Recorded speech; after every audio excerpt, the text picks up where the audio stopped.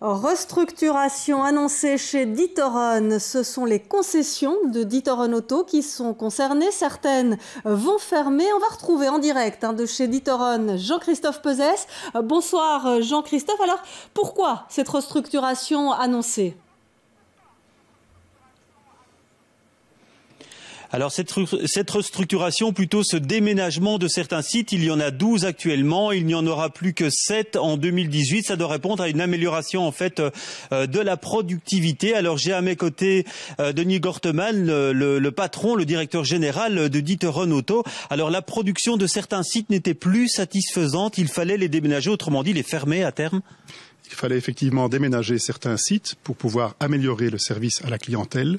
Cela passera au travers d'un investissement important, 27 millions d'euros, qui vont être investis au cours des 5 prochaines années en vue d'améliorer, comme je viens de le dire, le service à la clientèle et permettre à nos collaborateurs de travailler dans un environnement plus apte à servir nos clients.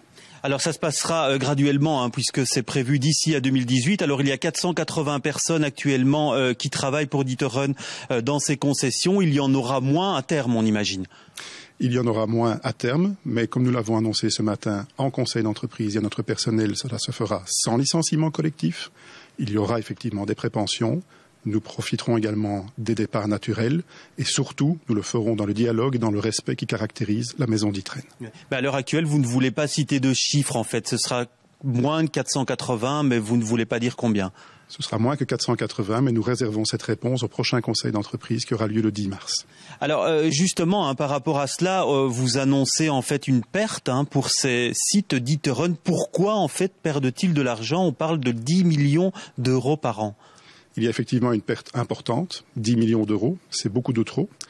Et cela passe d'une part parce que nous avons trop de sites aujourd'hui, c'est pour ça que nous voulons rationaliser effectivement le nombre de sites dans l'avenir et nous voulons aussi, au travers donc de cela, comme je l'ai dit, surtout améliorer le service à la clientèle.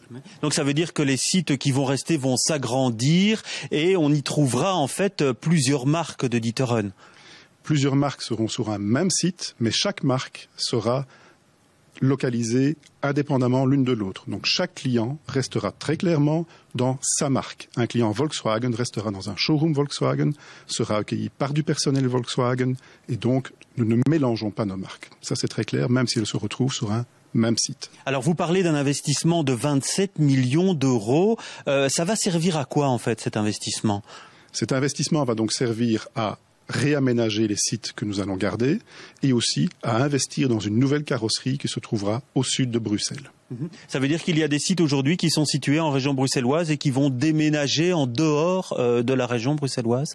Alors nous avons aujourd'hui, en ce qui concerne la carrosserie, 4 offres. Certaines sont dans la région bruxelloise, d'autres sont en dehors. Je ne peux pas vous en dire plus à l'heure actuelle. Très bien, merci beaucoup. Alors on n'a pas encore eu pour l'instant une réaction de délégués syndicaux. Nous avons appelé la FGTB, mais pour l'instant en fait la FGTB préfère examiner le plan avant de se prononcer sur celui-ci.